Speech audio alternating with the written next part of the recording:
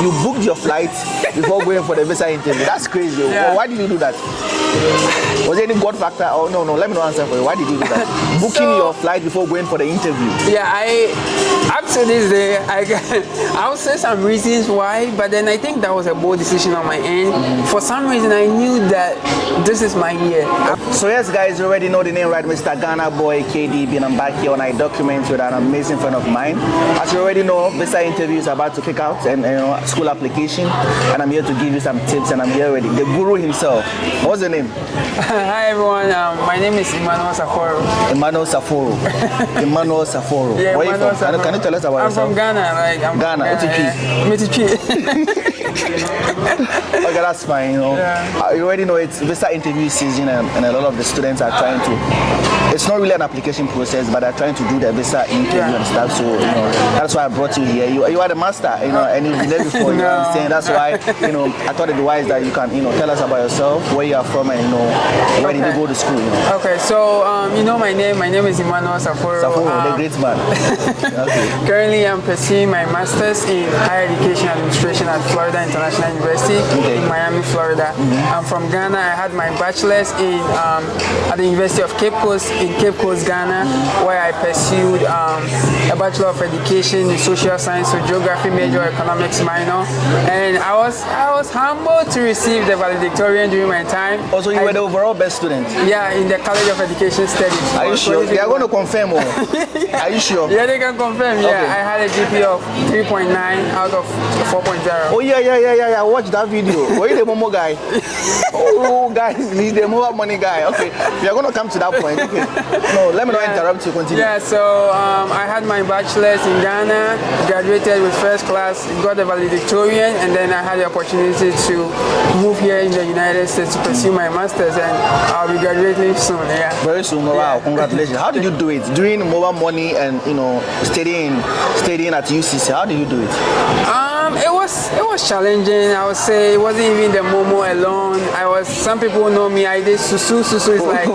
How did you Susu? So I did the mobile money. I did the Susu. I did like other things just to keep myself going, to be able to make the money, and also be able to cater for myself while in school. So I did like a little side hustles to keep myself going. Also making sure that the main reason why I was in school, which is like my academics, was like my top priority. So after doing all these things during the day, during the night, I'm trying to study and also do my assignments and stuff like that. All right, sure. In your valedictorian speech, you mentioned that people were laughing at you anytime you were doing a Momo. Oh yeah. I mean, I know what I was there for. I had my vision, but then in college, people come to have fun only, and they also study. But mine, because I know where my background, I know where I was coming from. Yeah. So the things that would get me You to were focused. I was really focused, and I wasn't really caring too much about people laughing. So far as it was giving me the resources that I needed to sustain myself in school, I was focused on doing that. So that was the reason why I didn't care too much. People think, oh, I was a driving instructor. Oh, you also a driving instructor? Yeah, I was a driving instructor. So it was like just doing all the other things that would give me the resources and be able to stay focused, get the books and things I need and stuff like that. So I was just doing all those things just to keep myself afloat. Yeah. Okay, let's keep it short. Yeah. Coming to America, how many schools did you apply? During my first attempt, I think I applied for like 4 or 5 schools. Yeah, I think 4, 5, 6. Yeah, that number. 4, 5, 6. Yeah, during my first. Give us, a very precise number of schools that you applied. Let's say 4. 4 schools. Yeah, I think 4. Why did you choose 4 schools? I was confident in like my credentials from the very beginning. Like during my first attempt, I'll talk a little about my watching for my second attempt. But then I was confident that I had the results. Like I have everything that it takes for an advanced study. So I just need a few options to be able to select from. So that was the reason why I limited my options to US schools and stuff like that. Oh, you limited only to US schools? Yeah, US was my focus. Even though I applied the American dream. Yeah, the American. Even those like some schools, Canada, and like some scholarships here and there. But then, like my focus was to come to the US to pursue, because yeah, as everyone who wants to come to the US for the amazing institutions, the robust education. So that was like I wanted. Which year was your first attempt? I did my first attempt, I think, so 2022. And your second attempt was in 2023, yeah. So why did, what happened? You know? So in my first attempt, it was like my first trial. I didn't have much information, so I didn't do it right. Okay. So after that first attempt, I got back to the drawing board, learned from my mistakes.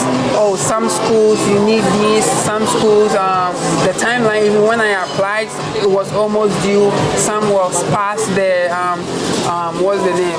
The priority deadline, so funding. So it was like a whole lot of factors that, so during my second attempt, I knew some of all these things, so I did it right this time around. And I would say that almost all the schools I got in, I got accepted, and I got even funded.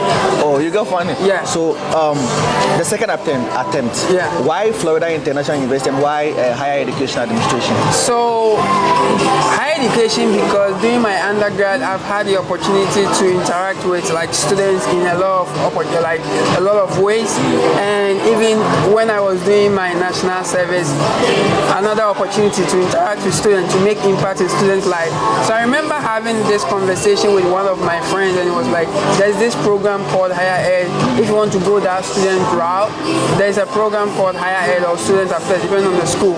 So I did my research about it. I was like, okay, it's something that really interests me. So I wanted to go that route. So that's why, yeah, it was something that I've been doing, but I didn't even know there was like a degree for that. For higher education. But then through the interaction with my friend, I got to know, like, I dig deeper, and I was able to, take that part. And Florida International University, I think the international name, like, it lets you feel like, oh, this place you survive. Like, yeah, you're gonna survive. Because international, and yeah, and that school, one of my friends also shared it with me, because during that time, like, I was really working with people who were doing the same thing, like applying to school abroad. So we kind of share resources. Oh, when I see this program, do you want to try? So that was it. So Florida International was one of the schools. So is there any correlation between your bachelor's degree and the advanced degree that you want to pursue? For instance, is it mandatory that if you want to pursue higher ed, you would have to do an educational course in the university? No, not at all. Tell us about that. No, so higher education, most schools, they don't require you to have a background in education. Okay. Writing your statement of purpose, you should be able to convince or convey the message that, this and this, why this, because it's more like helping students or like making positive impact in students' lives.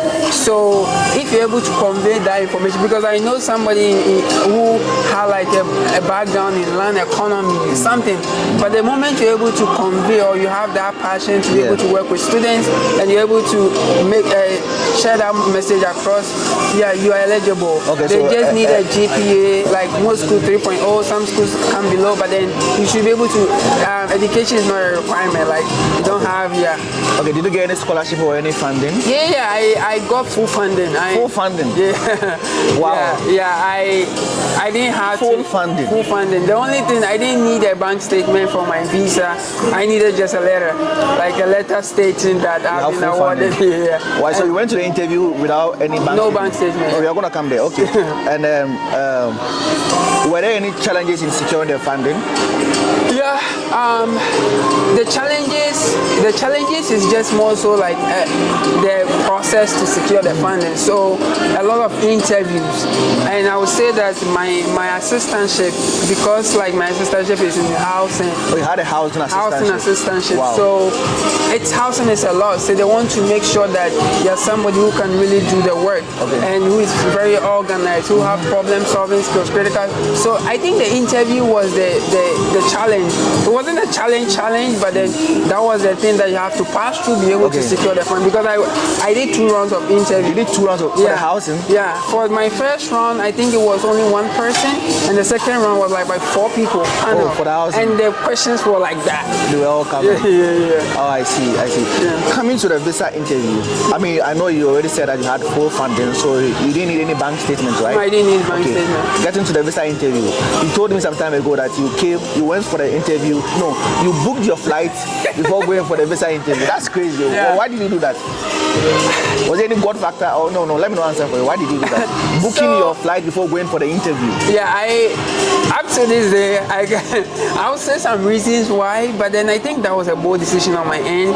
For some reason, I knew that this is my year. I was coming. Like, yeah. I have the funding, and also when I was getting my documents together for like the visa process, I've given out like asked for more information of how to do it properly.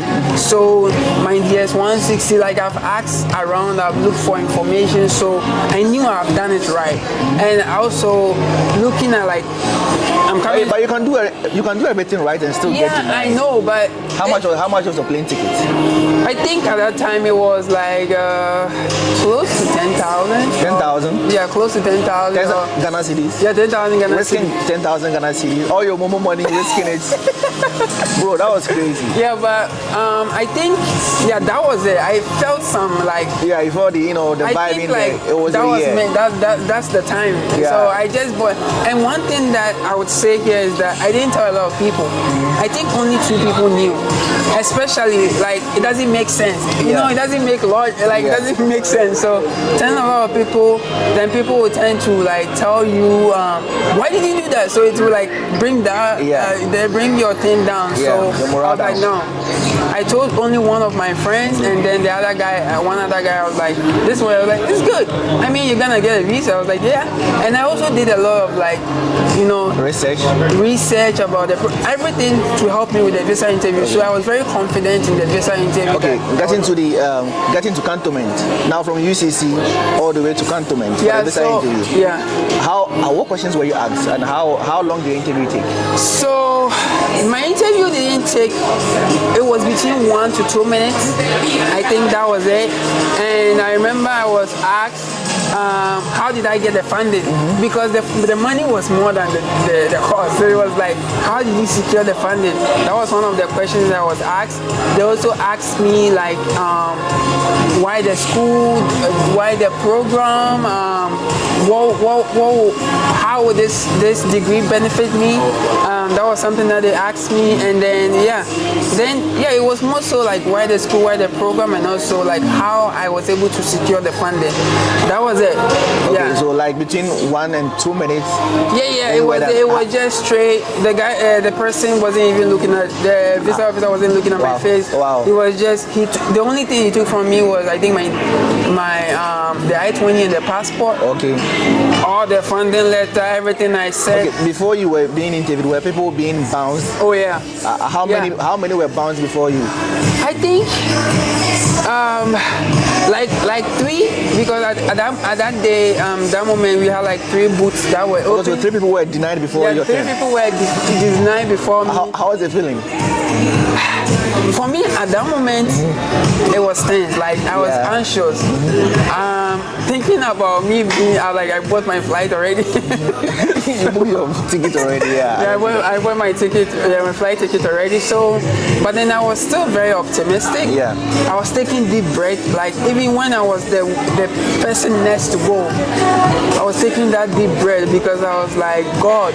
Okay. So do you think there was a God factor in it? Were you praying? Oh yeah, I'm a Christian 100%. Like everything I do, I know that even if I don't pray in that moment, I know God is steering everything. So I'm a Christian. So I believe that God played a huge role, even from the very beginning of me securing admission funding to the visa day. So even carrying me every day, I'm a Christian. So which means that the whole process, the God factor in the whole process shouldn't be underestimated, right? Yeah, I mean, guys, Mati, if you believe God, please. Yeah, definitely. God, definitely. For me, I would say God is one of the most critical components of the whole process. Like a lot of things goes on into play. So you can't just say that you just do anything. I mean, for me, I would say God played a very huge role in the whole thing. Okay, so your visa has been approved. Yeah. How is the feeling? It felt good. I remember even when I was leaving the place. When I was coming, I don't remember booking, dropping, right? Okay. But when I was going, I booked the dropping to go. To UCC or what? No, I was in Accra. Like I was gonna be in Accra. So that was like going back home because I had a friend in Accra that I was playing. So I booked I remember that place. I don't remember the name of the Cantonment. Yeah, Cantonment, that area. So I booked the Uber. It's not Uber there, but then it's like dropping. Yeah, dropping to the station. Right. When I got to the station, that one I have to take a church road. Yeah. But then I left my phone at home that day. So I came with no phone, and so I knew like my friends would be reaching out. The friends who knew I was going for, and also my parents. So when I got to the station, the church road wasn't getting full. Yeah. And so I wanted to go back. Like I was happy, and so I asked the maid, how many people are left? I want to pay. Then the person that's sitting next to me, no, the car doesn't get full in the station, so the car will be moving short. I was like, okay, thank God. Like I was ready to pay, like the number of seats left before we move. I wonder if they were chartering plane, maybe I'll charter a plane, go back home, because like the energy, I was so happy. Were you singing some gospel song? Oh yeah, I was like, thank God, like those things, thank God. But I was happy, I was excited. Like I'm not gonna lie, it was a very good moment. When you go home, who was the first person you told? My mom. Your mom? My mom and dad. I called them. How was the feeling? It was good. It was good. It was. They didn't really know about the whole process. Are you the first generation son in the US? Wow. So it was like they didn't know about the whole thing. Yeah. So I was just doing things on my own and also based on available information and friends. So when I told them I was about to travel, they know like you travel, but then they were like, how are you gonna do it? Yeah. So, okay, that's good. Yeah. You're gonna leave it there. Okay, from UCC to Cantonment, now you have the visa. Coming to America, you already bought your tickets. Yeah. How was the preparation? The preparation was, I would say, was money. Like money was a challenge. Money was a because the money, all the hustles I've done, like I usually buy the ticket. That was the most important thing. But then the money, so I started buying things in bits. Yeah. I started buying things in bits, and because I had gotten my visa like 2 or 3 months before me moving, I think 2 months before, so I had time. Yeah. So I was buying things I need, basic things just to get prepared. So that was it, and then I think from then I moved back to home, like where my parents are, because after I was able to get some few things, I wanted to spend time with them because the time was getting close. So I wanted to spend time with them. But I would say that the planning and everything I had to take a leave from one of my friends who was in Georgia at that time, because he said like the things I may need and stuff like that. But even though I wasn't able to get everything before moving here, but then I got the basic things that. Okay, and then, go ahead. And I would say that those resources helped me, like getting the list. I was able to know, okay, this I can do without, this I can. And it wasn't that because I was moving to America, I'm doing away with old things. I brought some old stuff. Yeah, I brought some old clothes that I had that I still need. Shoes. Yeah. I wasn't, because the bag, the money everything. wasn't there. I get it. Okay, now coming to Miami. Yeah. Did you reach out to anybody before getting to Miami? No. My department. Oh, your department. So when I was coming, I told them this is the time I was gonna move here, but I don't know anyone here. So like airport pick up and stuff like that. So they picked you up from the airport? They picked me up from the airport. Wow. Yeah. Housing. My department. Yeah. Shout out. Yeah. They picked me up from. Great. Yeah. It was Miami International Airport. Yeah. MIA. Yeah. They picked me up from the airport. From the airport to my apartment. From plane, airport to my apartment. I get it. Okay. How much money did you bring to the US? I think I was coming with $300. $300. Wow. I spent $8 in Istanbul. $8 in Istanbul. Burger. That was the time I got introduced. I didn't like it. I was like, oh my God. Also, no, you took Air Maroc? No, Turkish Airlines. Oh, Turkish Airlines. So from Ghana to Istanbul to Miami. Wow. Yeah. So when you got here, you had like, let's say, $252 left. Yeah, I think, it was like that. Yeah, it was. So you came to the US with $252. Okay, let's say $300. No, it was around $292. Oh, sorry, $292. Yeah. I think I bought something for $8 or but less than $300. Less than $300 to the US. Yeah. Now when you go to Miami, then you go to, they gave you housing, right? Yeah, I had an apartment. Yeah. Then you go to your apartment. How was it feeling? It felt good. I'm not gonna lie. That was. You were living like a VC in Miami, right? The whole apartment. I mean, I saw myself like the apartment that I found myself in. It felt really good, especially looking at my background, where I was coming from, and me having access to all these amenities. It felt really good. Like I even called my parents. At that moment, I cried. Like, this is my first time even saying this public, but then I cried. I was really humbled by like the experience. Like, even in the first day, the environment that I find myself in, like from grass to grace, I would say that like I was really thankful for the opportunity and everything that I was having access to at that time. Yeah. What has been the most surprising part of your stay in the US? I would say the language. Yeah, when I moved to Miami and I realized not everyone understands English. That was a big thing. And the food. The food too. I didn't even really think too much before moving here how I was gonna struggle with the food. So moving here, it has been a lot of like adjustment. I miss food. Back from back home, the food, the banku. And what are the challenges so far in your journey? Like in your journey here in Miami, Florida International University? I would say like money has been, I mean, even though I have an apartment and everything, like as an international student, there's restrictions. You cannot work more than 20 hours. So there's limitations when it comes to the money that you can make. And also you have to pay phone bills. Like back in Ghana, so it was something that took me by surprise, and now every month I have to worry about if I want to keep my line on, it means I have to have my phone line active, which is phone bills, and things are expensive. Like almost everything is expensive, especially when you come from your background. Like we try to convert.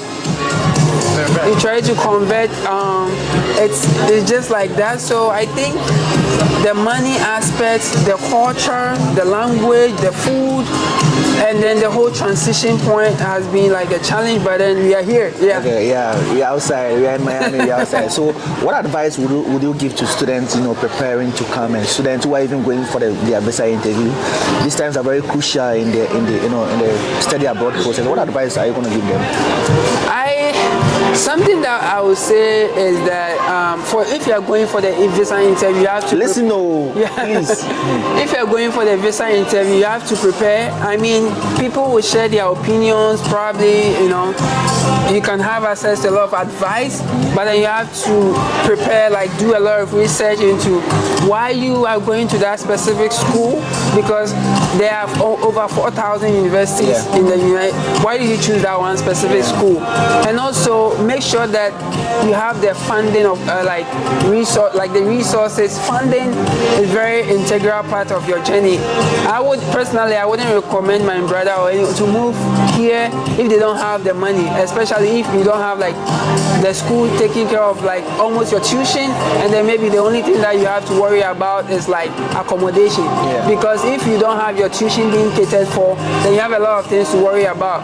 And the stipend it's not enough to cover for the fees. Even though we get a tuition and everything, we still have to pay some small fees.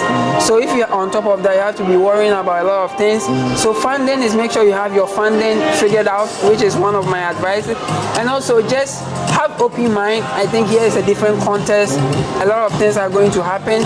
So embrace that change and just think about it as an adventure. Moving to a different country is an adventure on its own. So just be prepared for that. Yeah. So my last question. Okay, go ahead. Sorry. People, like, there's a lot of like support systems available when you move here. I remember when I came here, you were one of the people that really hold us very like so like being like those support things are very, very crucial. People will tell you when you move, don't associate, those are a lot of things that people say, but then it's very good that you hang out with people who understand your background and stuff like that, because it helps with the transition.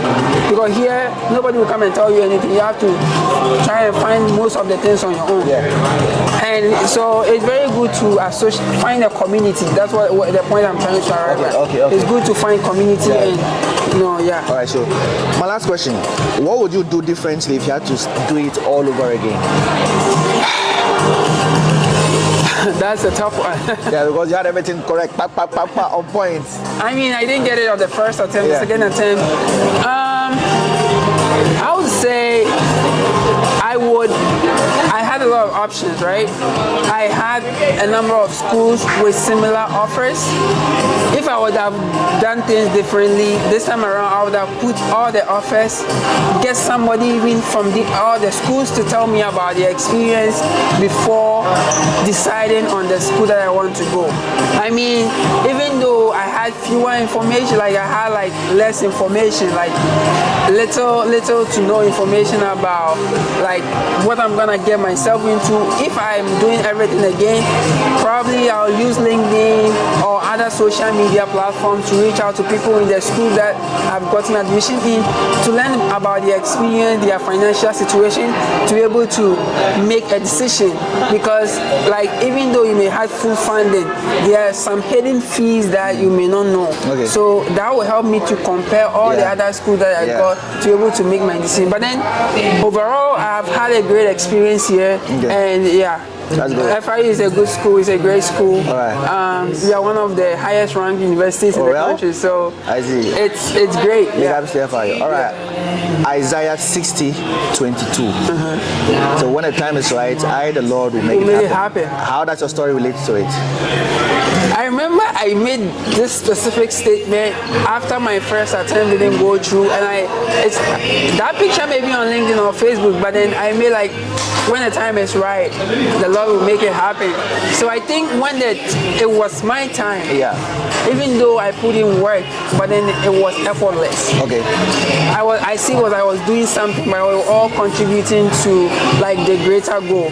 So I think God, once again, God played a major role in this whole journey, and God made it happen. Your final comment, what do you tell them? I would say that studying abroad is a great opportunity, it's a great experience. You have access to like exposure. People come from different countries to study here, but then you have to do it right. Seek the right information and see it as an adventure. Make the right decisions. Seek support, a lot of resources, a lot of information out there, and make sure that you capitalize on any opportunity that you get outside, even the study abroad or anything. Like there's a lot of opportunity out there. You get to meet new people. Take those opportunities, take those chances, and I wish you all the best. I pray that everything that you are working on throughout this journey be successful. All right, guys, from grass to grace, this is the story of Mr. Emmanuel Saforo. We are kindly asking you guys to keep following us for such more amazing, inspiring stories for our Study Abroad episode. Alhamdulillah, this is how we end this interview on this Islamic note. See you next time.